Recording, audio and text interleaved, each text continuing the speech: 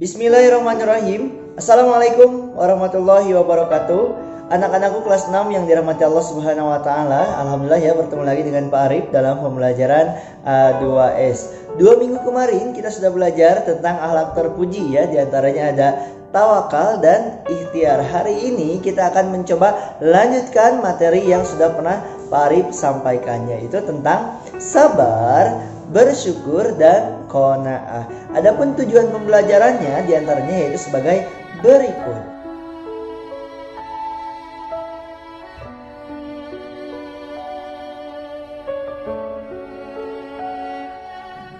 Anak-anakku yang dirahmati Allah Subhanahu wa taala, sifat terpuji selanjutnya yaitu ada yang disebut dengan sabar. Sabar menurut bahasa artinya tabah atau tahan uji. Sedangkan menurut istilah, sabar adalah kondisi mental seseorang yang mampu mengendalikan hawa nafsu yang ada dalam dirinya ya. Hawa nafsu di sini mengandung arti yang sangat luas, misalnya menahan amarahnya, kemudian ambisinya.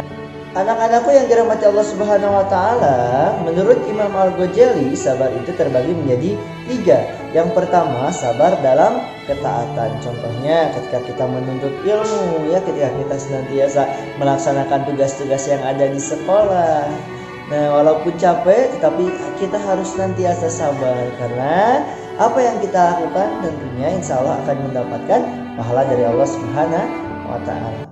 Kemudian sabar yang kedua yaitu sabar dalam menghadapi musibah ya, tabah dan kuat hati saat menerima cobaan hidup, apalagi kondisi pandemi sekarang ini. Tentunya kita harus bersabar dengan keadaan seperti ini. Walaupun belajar kita harus di rumah ya, tidak bertatap muka secara langsung, namun kita bersyukur kepada Allah karena kita masih diberikan kesehatan. Kemudian menurut Imam Al-Ghazali, sabar yang ketiga yaitu sabar dari maksiat, yaitu rela meninggalkan perbuatan maksiat. Kemudian akhlak terpuji yang selanjutnya yaitu ada yang disebut dengan syukur. Syukur berarti berterima kasih. Sedangkan menurut istilah, bersyukur adalah berterima kasih kepada Allah Subhanahu wa taala atas karunia yang dianugerahkannya kepada kita. Anak-anakku yang dirahmati Allah Subhanahu wa taala, tentunya banyak sekali contoh sifat atau contoh perbuatan yang menandakan rasa syukur kita kepada Allah Subhanahu wa taala. Tanda syukur yang paling kecil adalah senantiasa mengucapkan alhamdulillah ya setiap kali kita mendapatkan sesuatu kenikmatan dari Allah Subhanahu wa taala. Yang paling besar sebagai tanda syukur kita kepada Allah Subhanahu wa taala, maka kita harus senantiasa melaksanakan ibadah sholat ya, ataupun menjalankan setiap apa yang diperintahkan oleh Allah Subhanahu wa taala. Dan akhlak terpuji yang terakhir yaitu ada yang disebut dengan qanaah.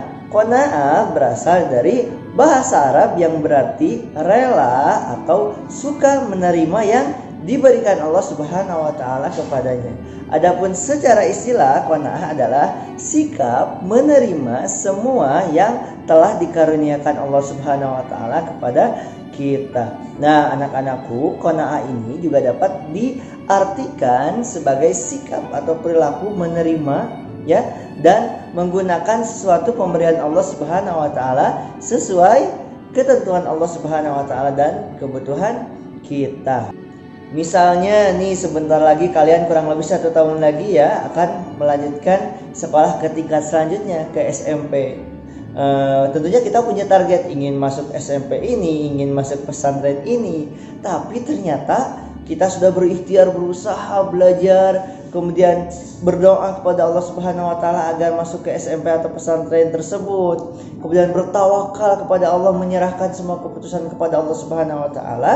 Apabila hasilnya sesuai dengan keinginan kita, alhamdulillah. Namun apabila hasilnya tidak sesuai dengan keinginan kita, maka kita harus qanaah, artinya menerima semua apa yang diberikan Allah Subhanahu wa taala kepada kita, karena kita yakin bahwa apa yang kita rencanakan belum tentu baik di mata Allah.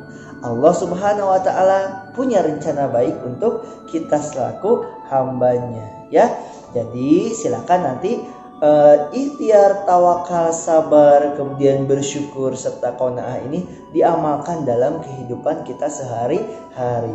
Baik anak-anakku yang dirahmati Allah Subhanahu wa taala, tentunya nanti kalian silakan ya dibaca-baca di buku A2S halaman berikut. Ingat dibaca ya, dipahami, kemudian selain dipahami juga diresapi sehingga dapat kita amalkan dalam kehidupan sehari-hari ya.